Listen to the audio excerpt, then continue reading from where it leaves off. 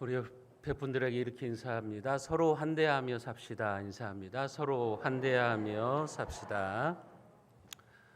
교회 역사의 기록에 의하면 초대교회 기독교인들의 가정에는 항상 세 가지 물건이 갖추어져 있었습니다. 그것은 양초 하나, 그리고 마른 빵 한 조각, 그리고 담요 한 장.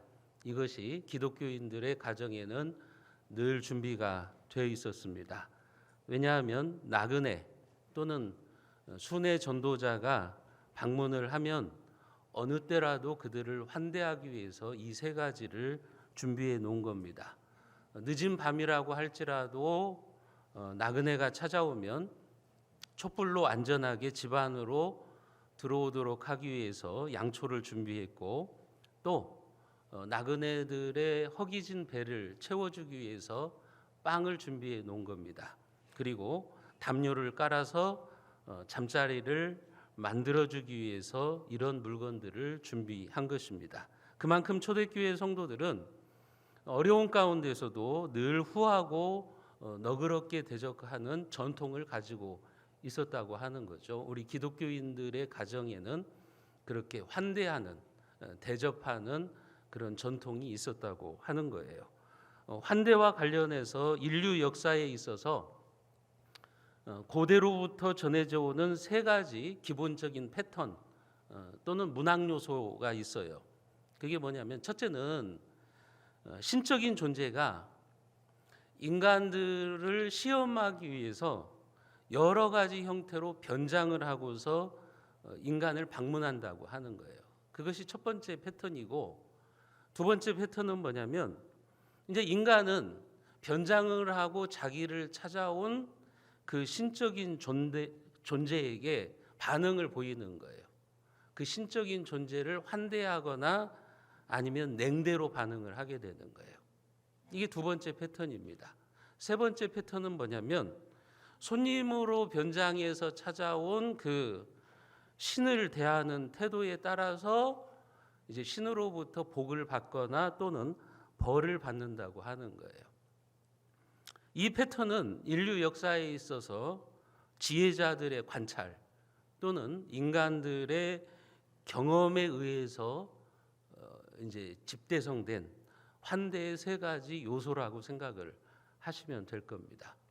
신이 인간을 시험하기 위해서 변장을 하고 찾아오고, 인간은 이제 냉대나 환대로 반응을 하게 됩니다.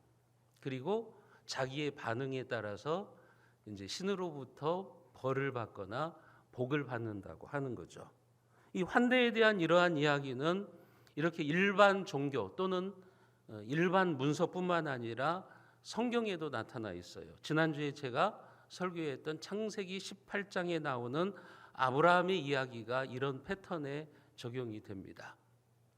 하나님이 아브라함의 믿음을 시험하시기 위해서 인간의 모습으로 아브라함의 집에 방문을 하잖아요. 그 뜨거운 정오에 세 나그네가 아브라함을 찾아오는 겁니다. 그런데 그 세 나그네 중에 한 사람은 이제 하나님이셨죠. 다시 말씀드리면, 인간의 몸을 입고 이 땅에 오시기 전에 예수님이라고 생각하시면 돼요. 하나님이셨고 둘은 천사였다고 창세기에 보면 이야기를 하고 있어요. 그러니까 하나님이 인간의 모습을 하고서 찾아왔기 때문에 아브라함은 그 나그네가 하나님인 줄 모르죠. 그런데 아브라함이 어떻게 합니까? 그 세 명의 나그네에게 환대를 하잖아요. 환대를 하고 나서 하나님께서 어떻게 하시죠? 아브라함의 환대를 받고 나서 하나님이 아브라함에게 복을 약속해 주시죠. 창세기 18장에 보면 아브라함은 강대한 나라가 되고 천하만민이 그로 말미암아 복을 받게 될 것이다. 너의 후손들이 복을 받게 될 것이다. 그렇게 하나님이 복을 약속해 주십니다. 이런 아브라함의 환대에 대해서 히브리서 13장 2절은 그렇게 말합니다. 손님 대접하기를 잊지 말아라. 이로써 부지 중에 천사를 대접한 이들도 있느니라. 여러분, 손님을 열심히 대접했어요. 자기에게 찾아온 나그네를 열심히 대접했는데 알고 보니까 그분이 바로 하나님이셨다고 하는 거죠. 아브라함이 자기에게 찾아온 나그네를 잘 섬겼는데 그것이 자기도 알지도 못하는 중에 하나님과 천사들을 대접해 가지고 복을 받았다고 하는 것입니다.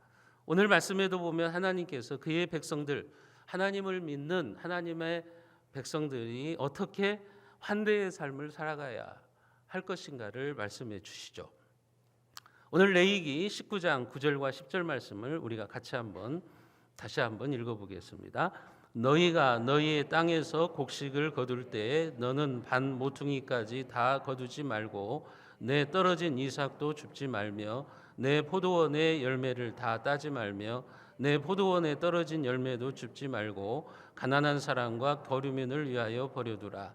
나는 너희의 하나님 여호와이니라. 여기에 보면 하나님이 곡식이나 포도와 같은 과실수를 추수할 때, 곡식을 거둬들일 때 그 논이나 밭을 다 베지 말라는 거예요. 그 밭모퉁이는 남겨두라는 거예요. 밭모퉁이는 추수를 하지 말고 남겨두라는 거예요. 베지 말라고 하는 거예요. 또 떨어진 이삭이나 과일들, 이런 것들은 주워가지 말고 내버려 두라고 하는 겁니다. 포도원의 열매를 다 따지 말며 내 포도원에 떨어진 열매도 줍지 말아라. 열심히 포도 농사를 지었어요. 유대 땅은 이제 포도 농사가 아주 유명하니까 포도 농사를 지었는데 포도를 따잖아요. 근데 한쪽 구탱이는 남겨두라고 하는 거예요. 반 모퉁이는 남겨두라고 하는 거예요. 그 이유가 뭡니까? 가난한 사람과 거류민을 위하여 버려둬라. 가난한 사람들을 환대하기 위해서 그렇게 하라고 하는 겁니다. 고대 농경 시대에 이런 사상들이 이게 각 민족마다 있어요. 그런데 이런 관습이 이방인들과 하나님의 백성들과는 똑같은 행위를 하더라도 달라요. 예를 들면 이방인들이 이렇게 밭에 한 모퉁이를 베지 않는 이유는 애니미즘 사상 때문에 그래요. 애니미즘의 곡물 정령 사상. 그러니까 곡물에도 다 홀령이 깃들어 있다고 불신자들은 그렇게 봤어요. 그래서 반 모퉁이에 이게 그 곡식을 남겨두는 이유는 그 홀령들이 굶어 죽지 않도록, 아사하지 않기 위해서 남겨둔 거예요. 그러니까 상당히 미신적이죠. 그럼 불신자들이 반 모퉁이를 남겨둔다든지 포도원의 밭의 일부에 포도를 따지 않는 것은 그런 사상 때문에 그래요. 곡물 정령 사상의 아사 방지를 위해서 그런 거예요. 여러분, 그게 바로 불신자들의 생각이잖아요. 나무에도 홀령이 깃들어 있고 돌에도 산에도 홀령이 있기 때문에 신성시하지 않습니까? 그게 우상 숭배잖아요. 불신자들은 뭐 산을 신성시해서 산에 올라가서 기도를 하고 뭐 나무를 숭배하고 그런 것들이 있잖아요. 인도 같은 경우는 이제 소를 신으로 숭배를 하잖아요. 거기에 이제 영혼이 깃들어 있다고 생각하기 때문에 그런 겁니다. 불신자들은 그런 생각 때문에 이제 그 곡물 정령 사상 때문에 그 홀령들이 굶어 죽지 않도록 하기 위해서 이렇게 밭모퉁이를 남겨두는 겁니다. 하지만 하나님의 백성들은 달라요. 미신적인 이유 때문에 그렇게 하는 게 아니에요. 이웃을 사랑하라는 하나님의 말씀을 실천하기 위해서 그러는 거예요. 가난한 이웃들, 그리고 배고픈 자들, 그들을 돌보기 위해서, 그들에게 환대하기 위해서 하나님께서는 이런 법을 만들어 주신 거죠. 하나님의 백성들과 불신자들은 그래서 농사를 짓는 자세가 달라야 한다는 거예요. 자기 땅에서 자기가 땀을 흘려서 자기 힘으로 애써서 곡식을 거둔다고 할지라도 모든 것을 자기 것으로 알면 안 된다고 하는 겁니다. 하나님께서 맡겨주신 곡식이나 물질을 혼자서만 차지하지 말고 그 지역에 있는 불쌍한 이웃들, 가난한 사람이나 나그네들을 위해서 배려하라는 거예요. 그런 환대의 정신을 지금 가르쳐 주시고 있는 거죠.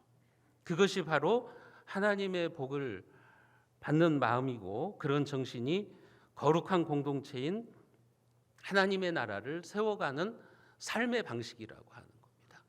그러니까 하나님의 백성들과 불신자들은 삶의 방식이 틀린 거예요. 불신자들은 왜 반모퉁이를 남겨두느냐? 혹시 홀령들이 배고프면 우리에게 해코지할까 봐, 자기들에게 해코지할까 봐 그렇게 남겨두는 거예요. 그러나 성경의 사상은 그렇지 않아요. 하나님의 명령에 순종하기 위해서, 이웃을 사랑하라고 하는 실천적인 그 순종을 위해서 이렇게 하나님께서 명령을 내리신 거죠. 사실은 여러분들이 농사를 짓는다면 내 밭의 곡식은 한 톨도 빠짐없이 모두 거두어 드리고 싶은 것이 인지상정이잖아요. 내가 열심히 땀을 흘렸으니까 다 거둬드려야지. 한 톨도 남김없이 거둬드려야지. 이게 이제 인지상정일 것이고, 또 내 힘으로 돈을 벌었어요. 나와 내 가정만을 위해서 쓰고 싶은 것이 인간의 본능이죠. 그렇지 않습니까? 여러분들이 돈을 벌어가지고 나만을 위해서, 내 유익을 위해서, 우리 가정을 위해서 쓰고 싶지, 누가 헌금을 하고 싶고, 누가 선교하는데 선교비를 후원하고 싶고, 구제하는데 쓰고 싶겠어요. 여러분, 그런데 그런 인간적인 본능을 억누르고 다른 사람들을 환대하라는 거예요. 그게 반모퉁이를 남겨두는 정신입니다. 그것은 바로 내 안에 있는 이기적인 본능을 짓누르고 내가 다 가져야 될 것을 다른 사람들을 위해서 남겨둔다고 하는 거죠. 여러분, 그래서 이스라엘 백성들은 추수할 때 보면, 그들의 밭을 보면 엉성하게 보여요. 추수가 제대로 되어 있지 않는 것 같아요. 그렇죠? 반모퉁이마다 이제 곡식을 남겨놨으니까요. 엉성한 거죠. 포도밭에도 보면 대충 따고, 또 땅에 포도가 떨어져 있으면 줍지를 않는 거예요. 그러나 하나님은 뭐라고 말씀합니까? 그것이 바로 복받는 비결이다. 그것이 바로 하나님의 백성들이 살아가야 되는 환대의 정신이라고 이야기를 하고 계시는 겁니다. 레위기 23장 22절에도 같은 말씀을 하세요. 너희 땅의 곡물을 벨 때에 반모퉁이까지 다 베지 말며 떨어진 것을 줍지 말고 그것을 가난한 자와 거류민을 위하여 남겨두라. 나는 너희의 하나님 여호와이니라. 이 말씀에도 보면 반모퉁이까지는 다 베지 말라고 말씀합니다. 혼자서 몽땅 다 거두려고 하지 말라고 하는 거죠. 쉽게 말씀드리면 농사를 짓더라도 좀 째째하게 짓지 말라는 거예요. 자기만 배부르려고 그렇게 농사 짓지 말라고 하는 거예요. 이처럼 하나님의 말씀에 순종하기 위해서 이웃을 배려하는 마음, 그 다음에 나그네들을 환대하기 위한 정신을 가지고 살아가는 성도들, 그들에게는 이 반모퉁이 정신이 필요합니다. 반모퉁이 정신이 뭡니까? 내가 농사를 짓고 내가 돈을 벌었어요. 나 혼자만 배부른 것에 만족하는 것이 아니라 내가 의도적으로 다른 사람들을 배려해서 밀과 보리를 남겨두는 거예요. 내가 한 달 동안 열심히 일해가지고 돈을 벌었어요. 의도적으로 내가 선교하기 위해서 내 수입을 떼놓는 거예요. 그것이 바로 반모퉁이 정신입니다. 다 내가 쓰고 싶은 거 쓰고 내가 먹고 싶은 거 다 먹고 그 다음에 남은 것을 주겠다는 것이 아니라 미리 반모퉁이를 남겨두는 거예요. 다른 사람들에게 환대하는 삶을 살기 위해서, 다른 사람들을 도와주기 위해서 남겨두는 그런 반모퉁이 정신이 필요하다고 하는 거죠. 여러분, 내가 맛있는 음식을 먹을 때도 반모퉁이 정신이 필요하죠. 아, 내가 이렇게 맛있는 음식을 먹는데 이 음식을 먹지 못하는 사람들도 있을 텐데, 그래서 내가 지구촌의 가난한 기아에 허덕이고 있는 사람들을 위해서 일부를 떼어두는 거죠. 명절이 가까운데 여러분들이 명절에 영광굴비를 먹고 여러분들이 갈비를 먹으면서 목사님을 생각하고, 우리 목사님 영광굴비 먹어봤나? 그래가지고 굴비 한 마리 갖다 주는 거. 이게 뭐 반모퉁이 정신이지 않겠습니까? 우리 교회가 풍요로움을 누릴 때 여러분, 반모퉁이 정신이 필요한 거예요. 우리가 쓰고 싶은 거 다 쓰고 남으면 선교하겠다가 아니라 선교하고 구제하는 예산은 우리가 미리 남겨두는 거예요. 저는 우리 교회가 그런 교회가 됐으면 좋겠어요. 예를 들면 1년 예산의 한 20%, 15%는 선교하는데, 구제하는데 남겨두는 거예요. 그리고 나머지 예산으로 우리 교회가 운영을 하는 거예요. 그런 것이 반모퉁이 정신이라고요. 그게 거룩한 하나님의 백성들의 모습이라고 지금 성경이 우리들에게 가르쳐 주시고 있는 거죠. 여러분, 저는 이처럼 우리가 반모퉁이 정신을 가지고 살아가면 이 반모퉁이 정신이 나의 삶 속에 녹아져 내리고 또 우리 교회 가운데 녹아져 내린다고 한다면 건강한 성도가 될 것이고 건강한 교회가 되는 비결이라고 확신합니다. 하나님은 그런 교회를 찾으실 거예요. 그런 교회에 하나님께서는 복을 내려주시기를 원하실 거예요. 그러면 우리가 왜 이렇게 환대법을 지켜야 될까요? 곡물에 깃들어 있는 홀령을 굶겨 죽이지 않기 위해서입니까? 홀령들이 혹시 우리들에게 해코지 할까봐 그것이 무서워서입니까? 아니죠. 우리를 구원해 주신 하나님의 은혜에 감사해서 그런 거예요. 나를 지옥 백성 만들지 않으시고 하나님 백성 삼아 주신 그 은혜에 감사해서 하나님이 우리를 환대해 주셨잖아요. 그러니까 우리도 다른 사람들을 환대하면서 살아가야 된다고 하는 거죠. 그 정신이 오늘 레위기 19장 33절과 34절에 나와 있습니다. 우리가 같이 한번 읽어보겠습니다. 거류민이 너희의 땅에 거류하여 함께 있거든 너희는 그를 학대하지 말고 너희와 함께 있는 거류민을 너희 중에서 나은 자같이 여기며 자기같이 사랑하라. 너희도 애굽 땅에서 거류민이 되었느니라.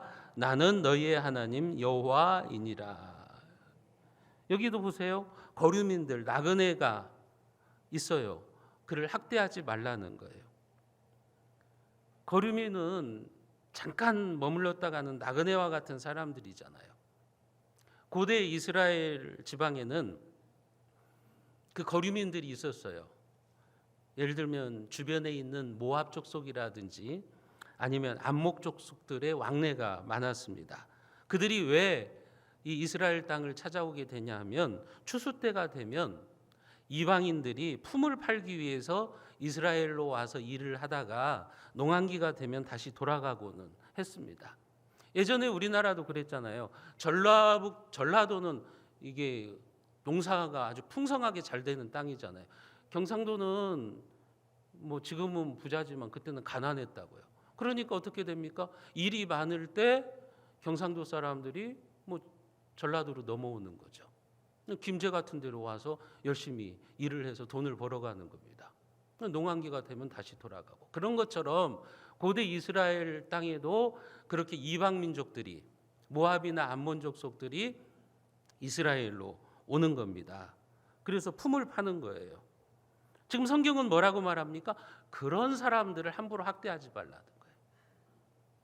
그런 사람들에게 함부로 하지 말라고 하는 거예요. 환대하라는 거예요. 그들을 학대하지 말고 19장 34절에 보면 어떻게 너희 중에서 나은 자같이 여기며, 그러니까 자식같이 생각하라는 거예요. 자식처럼 대접하라는 거예요. 그들에게 그렇게 환대를 베풀어 주라고 하는 겁니다. 그것이 하나님의 은혜로 구원받은 자들의 마땅한 삶의 모습이라고 성경이 말씀하고 있는 겁니다. 왜요? 왜 하나님께서 이런 환대를 요구하고 계시는 겁니까? 너희도 애굽 땅에서 거류민이 되었으니라. 이스라엘이 과거에 애굽에서 종살이 했거든요. 노예 생활을 했거든요. 그때를 기억하라는 거예요. 너희들도 400년 동안 애굽 밑에서 노예로 살지 않았느냐? 거류민으로 살지 않았느냐? 그런데 그런 너희들을 내가 구원해 주어서 지금 축복의 땅으로 들어와 있지 않느냐? 그렇다면 너희들이 이 축복의 땅에 찾아오는 거류민들을, 나그네들을 학대하지 말고 그들을 환대하라고 가르쳐 주시고 있는 거죠. 너희들도 애굽에서 거류민의 생활을 해봤지 않았느냐? 그 말씀이에요. 그때의 서름과 아픔을 생각하면서 너희들의 땅으로 찾아오는 그 품꾼들, 나그네들을 사랑으로 환대하라고 하는 거죠. 여러분, 예전에 우리나라 사람들이 네팔로 여행을 갔다가 매를 맞을 뻔했어요. 우리나라 여행객들이 네팔 사람들에 둘러싸여가지고 몰매를 당할 뻔했어요. 그 이유가 뭐냐면 한국에 취업하러 왔던 네팔인들이 자기 나라로 돌아갔는데 한국에 있을 때 한국 사람들이 너무 가혹하게 대한 거예요. 그래서 한국 사람들 하면 일을 가는 거예요. 근데 네팔로 여행 온 사람들, 한국인들을 향해서 그들이 나쁜 감정을 가지고 있다가 그렇게 하려고 했던 겁니다.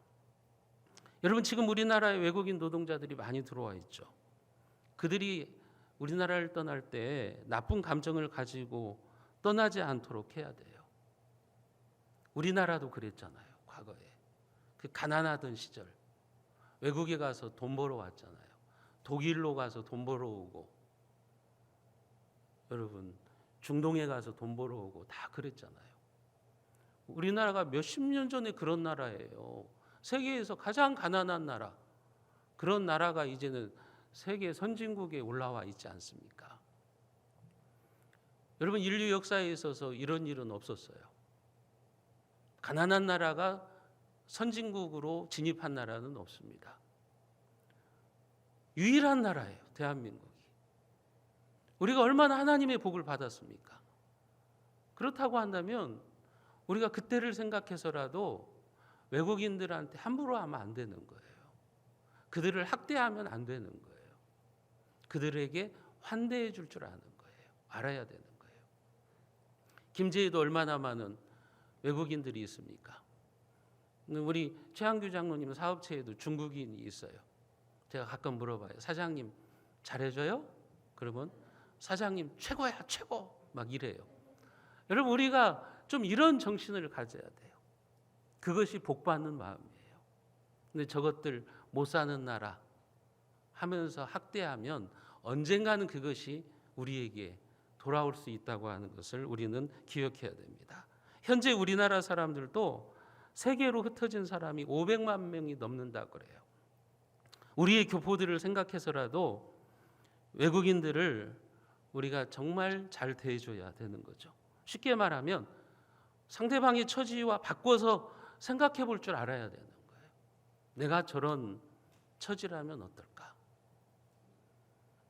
히브리서 13장 2절과 3절에 우리에게 그것을 가르쳐 주십니다. 우리가 같이 한번 읽어보겠습니다. 손님 대접하기를 잊지 말라. 이로써 부지 중에 천사들을 대접한 이들이 있었느니라. 너희도 함께 갇힌 것 같이 갇힌 자를 생각하고 너희의 몸을 가졌은즉 학대받는 자를 생각하라. 뭐라 그랬어요? 너희도 함께 갇힌 것 같이 갇힌 자를 생각하고 너희도 몸을 가졌은즉 학대받는 자를 생각하라. 그러니까 형제와 이웃의 고통을 느낄 줄 알아야 된다는 그런 공감 능력이 있어야 된다는 거예요. 그래야만 우리가 환대의 삶을 살아갈 수 있다고 하는 거죠. 내 입장만 생각하지 말고 상대방의 처지에서 느껴보고 생각하라고 하는 겁니다. 이런 훈련을 여러분들 많이 하셔야 돼요. 의도적으로 하셔야 돼요. 그래야만 여러분들이 환대의 삶을 살 수 있어요. 이 훈련을 하지 않으시면 여러분들은 평생을 살아도 환대의 삶을 구현할 수가 없어요. 의도적으로 연습하셔야 돼요. 그래서 지금 성경도 의도적으로 반모퉁이를 남겨두라고 하는 거예요. 포도를 다 따지 말고 남겨두라고 하는 그런 훈련을 시키시는 거예요. 하나님의 백성들에게. 여러분, 상대방의 입장에서 느껴보고 생각해보는 훈련, 이것을 하셔야 되는 거예요. 성도들은 목사님에게 이런 고충이 있겠구나. 내가 목사였다면 어떨까? 이렇게 생각해보고, 목회자는 성도들이 삶 속에서 이런 애로사항이 있겠구나, 이런 고충이 있겠구나 하고 생각할 수 있어야 되는 거예요. 그런 태도로 살아가는 것이 환대의 삶을 구현하는 거죠. 지난주에 제가 휴가 기간이어서 이제 동기 모임이 있어가지고 강원도를 다녀왔습니다. 강릉에 가보니까 그 추천을 받아서 갔는데 커피 빵이라는 게 있더라고요. 커피빵. 그러니까 호두 과자처럼 생겼는데 거기 이제 커피가 들어가 있더라고요. 맛있더라고요. 제가 처음 먹어봤는데 맛있어요. 그때 제가 우리 교인들을 생각했어요. 우리 교인들도 이 빵을 먹어보면 얼마나 좋을까. 교인들을 다 대접하고 싶은데 그럴 수는 없으니까 몇 개만 사왔어요. 그래서 오늘 당회 때 장로님들 하나씩 주려고 그래요. 장로님들은 교인의 대표니까 장로님들이 먹으면 여러분들이 먹었다고 생각하시면 돼요. 그런 마음이죠, 여러분. 우리가 서로 상대방의 입장을 한번 생각해 보는 거죠. 상대방의 입장과 처지를 생각해 보면 우리는 너그러운 마음을 가지게 돼요. 그리고 환대의 삶을 살아갈 수 있어요. 야, 나그네가 이 땅에 와서 얼마나 배고플까. 그래, 저들을 위해서 반모퉁이를 남겨두자. 이런 정신이 필요하다고 하는 거죠. 하나님은 우리가 그렇게 하나님의 은혜, 나를 선택해 주신 하나님의 은혜에 감사해서 다른 사람들을 환대하는 삶을 살아가면 그게 당연한 것인데 하나님은 우리에게 복을 약속해 주십니다. 신명기 24장 19절 말씀을 우리가 같이 한번 읽어보겠습니다. 내가 밭에서 곡식을 벨 때에 그 한 뭇을 밭에 잊어버렸거든 다시 가서 가져오지 말고 나그네와 고아와 가부를 위하여 남겨두라. 그리하면 내 하나님 여호와께서 내 손으로 하는 모든 일에 복을 내리시리라. 내가 밭에서 곡식을 벨 때 그 한 뭇을 밭에 잊어버렸거든. 이 한 뭇이라는 말이 무슨 말이냐면 곡식 한 다발, 한 묶음을 말하는 거예요. 추수를 하고 나서 내가 깜빡 잊어버리고 밭에다가 곡식을 놓고 왔어요. 생각났어요. 빨리 가서 가져와야지. 그렇게 하지 말라는 거예요. 잊어버리라는 거예요. 그냥 밭에다 두라는 거예요. 그 한 묶음은 곡식 한 다발은 가져올 생각하지 마라. 누군가 나그네나 고아나 가부가 그것을 먹을 수 있도록 배려해 주라는 겁니다. 그리하면 내 하나님 여호와께서 내 손으로 하는 모든 일에 복을 내리시리라. 네가 그게 손해인 것 같지 손해 아니라는 거예요. 네가 그렇게 환대의 삶을 살아가면 가난한 사람들을 위해서 곡식 한 다발을 남겨두면 반모퉁이를 남겨두면 하나님께서는 네 손으로 하는 모든 일에 복을 주시겠다. 범사에 하나님께서 모든 일을 잘되게 하시겠다. 그렇게 축복을 약속하고 있는 겁니다. 여러분, 하나님 앞에서 의롭고 정의로운 사람이 누구입니까? 원칙이나 법을 들먹거리면서 바늘로 찔러도 피가 나오지 않을 사람, 그런 사람이 의로운 사람일까요? 성경에서 말하는 의인은 그런 사람이 아니에요. 성경에서 말하는 의롭고 정의로운 사람은 하나님이 나에게 베풀어 주신 구원의 은혜에 그것을 기억하고 내 마음 씀씀이가 너그럽고 따뜻한 사람입니다. 그게 하나님의 의를 행하는 거예요. 연약한 자들을 위해서, 가난한 고아와 나그네를 위해서 너그러운 마음을 가지는 게 의롭고 정의로운 거지, 그냥 원칙이나 법만 따지면서 태클 걸고 그런 삶이 여러분 정의로운 삶이 아니라고 하는 거예요. 자신이 하나님의 자비와 환대를 먼저 받았기 때문에 내 곁의 사람들에게도 하나님의 자비를 베풀면서 관대한 마음으로 살아가는 것, 그게 바로 환대의 정신이라고 하는 겁니다. 지금 성경은 그 얘기를 하는 거예요. 너희들이 그런 삶을 살아가면, 그렇게 대접하고 환대하는 삶을 살아가면 하나님이 대신 복을 주시겠다는 거죠. 왜요? 내가 나그네나 고아나 과부를 도와주었어요. 그 사람들은 가진 게 없잖아요. 나에게 줄 게 없잖아요. 그런데 하나님이 대신 갚아주시겠다는 거죠. 내가 대신 너에게 복을 주시겠다고 하는 거예요. 그러나 반대로 하면 하나님의 복이 떠나가는 겁니다. 신명기 24장 14절과 15절 말씀 우리가 같이 한번 보겠습니다. 공궁하고 비난한 풍부는 너희 형제든지 내 땅 성문 안에 우거하는 객이든지 그를 학대하지 말며 그 품삯을 당일에 주고 해진 후까지 미루지 말라. 이는 그가 가난함으로 그 품삯을 간절히 바람이라. 그가 너를 여호와께 호소하지 않게 하라. 그렇지 않으면 그것이 내게 죄가 될 것임이라. 여러분, 어떤 사람이 공궁하고 가난한 품꾼, 그 품꾼을 학대했어요. 그 학대한 게 뭐냐면 15절에 보시면 그 품삯을 당일에 주지 않은 거예요. 일을 시켰어요. 근데 품삯을 안 주는 거예요. 이게 학대라고 하는 거예요. 가난한 사람을 홀대하는 것이라고 하는 거예요. 노동에서 가장 심각한 문제가 뭡니까? 일을 시켜놓고 품삯을 빨리 안 주는 거죠. 그래서 여러분, 누군가를 고용해서 일하게 했으면 성경은 뭐라고 말씀하냐면 그 품삯을 당일에 주고 해진 후까지 미루지 말아라. 고용주의 입장에서는 어떻게 해서든지 품삯을 늦게 주려고 그러잖아요. 성경은 그런 이기적인 본능을 제어하라고 하는 거죠. 왜 그렇습니까? 하루 벌어서 하루 먹고 사는 일용직 근로자들에게 있어서 그 품삯은요, 가족의 생존권이 달린 문제예요. 고용인의 입장에서는 하루 품삯이 별거 아닌 것 같죠. 그런데 품꾼에게는 그게 생명줄이에요. 품삯을 받지 못하면 온 가족이 굶으면서 잠자리에 들게 되는 거죠. 그러니까 한 가족의 목숨값을 주지 않는 겁니다. 그것은. 그렇게 품삯을 받지 못한 사람이 어떻게 한다는 거죠? 하나님께 호소하지 못하게 하라. 그가 너를 여호와께 호소하지 않게 하라. 그렇지 않으면 그것이 내게 죄가 될 것임이니라. 품삯을 못 받은 사람이 가난해서 어디 호소할 데가 없어요. 그래서 하나님께 호소하는 거예요. 하나님, 제가 이런 취급을 받았습니다. 하나님, 저를 불쌍히 여겨주세요. 얼마나 가슴 아프면 하나님께 호소하겠어요. 그러면 하나님이 죄로 여기시겠다는 거예요. 죄를 쌓는 거라고 하는 거예요.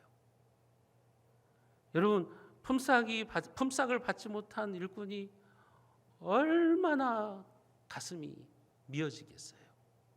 가슴이 아프겠어요.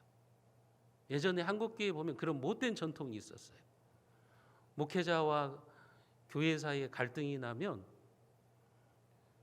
목회자의 사택에 수도를 끊고 전기를 끊고 사례금을 안 주고, 그거 천벌받을 일입니다. 여러분. 그런 교회치고 잘 되는 교회가 없어요. 제가 지금까지 본 바에 의하면 그런 악한 감정을 가지고 잘 된 교회가 없어요. 부흥하고 성장한 교회가 없어요. 여러분, 그게 하나님 앞에 벌이에요. 죄예요. 죄를 쌓아가는 거예요. 그래서 지금 이 신명기 말씀에서도 품삯을 미루지 말라는 거예요. 그것을 해가 지기 전에 주라는 거예요. 너한테 하루 품삯은 아무것도 아니지만 그 품꾼에게는 그게 생명줄이다. 그 가족의 생계가 달려있는 문제다. 학대하지 말라는 거죠. 만약에 그 학대를 받은 품꾼이 하나님께 호소하면 하나님께서 들으시고 그걸 죄로 여겨주시겠다는 거예요. 죄로 여기셔서 벌을 내려주시겠다고 하는 거죠. 왜요? 가난한 사람은 힘이 없잖아요. 능력이 없잖아요. 그러니까 자기를 학대하는 사람에게 항거할 수가 없어요. 어떻게 하는 거죠? 하나님이 대신 원수를 갚아주는 겁니다. 하나님이 그 사람의 원한을 풀어주시는 거예요. 여러분, 이처럼 누군가가 잠자리에 들면서 나의 인색한 삶을 하나님께 호소하게 되면 하나님 앞에서 여러분들이 죄를 쌓아가시는 겁니다. 혹시 하루에 잠자리에 들면서 나의 귀가 간지럽지 않습니까? 누군가 나의 죄를 하나님께 호소하지는 않을까요? 그것이 비록 품삯의 문제만은 아닐 겁니다. 돈의 문제만은 아닐 거예요. 내가 던진 말이 누군가의 가슴에 비수가 되어서 그 사람이 하나님께 호소할 때 나는 죄를 쌓아가고 있는 거죠. 또한 나의 잘못된 행동이 누군가에게 상처가 되었어요.